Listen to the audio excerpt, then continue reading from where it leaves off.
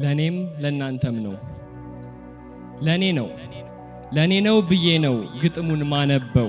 ለኔ ነው እያልኩኝ ግጥሙን ሳነበው ለኔ ብቻ አይደለም ለናንተም ጭምር ነው። ስለዚህ ለኔ ስል ብላችሁ አዳምጡኝ፣ እናንተም ለኛ ነው። የግጥሙ ርዕስ እንደዚህ የሚል ነው። ሞቷል ግን ተነስቷል።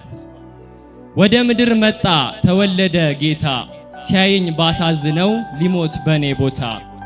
ጌታ ወደ ምድር የመጣበት ምክንያት እኔን ሊያሻግር ነው ከሞት ወደ ሕይወት።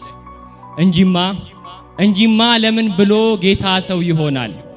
ሕያውነት ትቶ በሞት ይደፈራል። ዙፋኑን በመልቀቅ ለምን ይዋረዳል? ይህ ሁሉ ለማን ነው? ለምንስ ቆይ ሆነ ብለን እንመርምር፣ ማወቅ ስላለብን ጨዋታ እንዳልሆነ።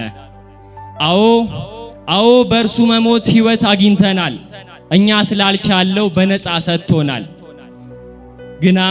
ግና ደግሞ ነፃ የተባለው እርሱ በመሞቱ ዋጋው ተከፍሎ ነው።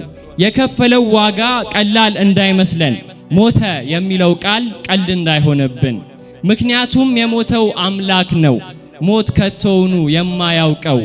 ከራሱ አልፎ ተርፎ ሰው ሕያው ያረገው ራሱ አምላክ ነው ለኔ ሲል የሞተው፣ ያውም ለሸጥኩትኝ ለኔ ለይሁዳው። አዎ ሞቷል ለኔ ሲል ተገርፏል። አዎ ሞቷል ለኔ ሲል ተሰቅሏል። አዎ ሞቷል ለኔ ሲል በመቃብር ውሏል። ግና ደግሞ መቃብር አልቀረም፣ በዚህ ቀን ተነስቷል፣ ከቶ እጅ አልሰጠም። ሶስቷን ቀንም ለኔ ሲል ነው በስራው አይደለም። እሞታለሁ ብሎ ልክ እንዳለው ሞቷል። እነሳለሁ ብሎ መቼ ቀረ ተነስቷል። ማንም ያልቻለውን ሞትንም ድል ነስቷል። የጌቶቹ ጌታ ኢየሱስ ተነስቷል።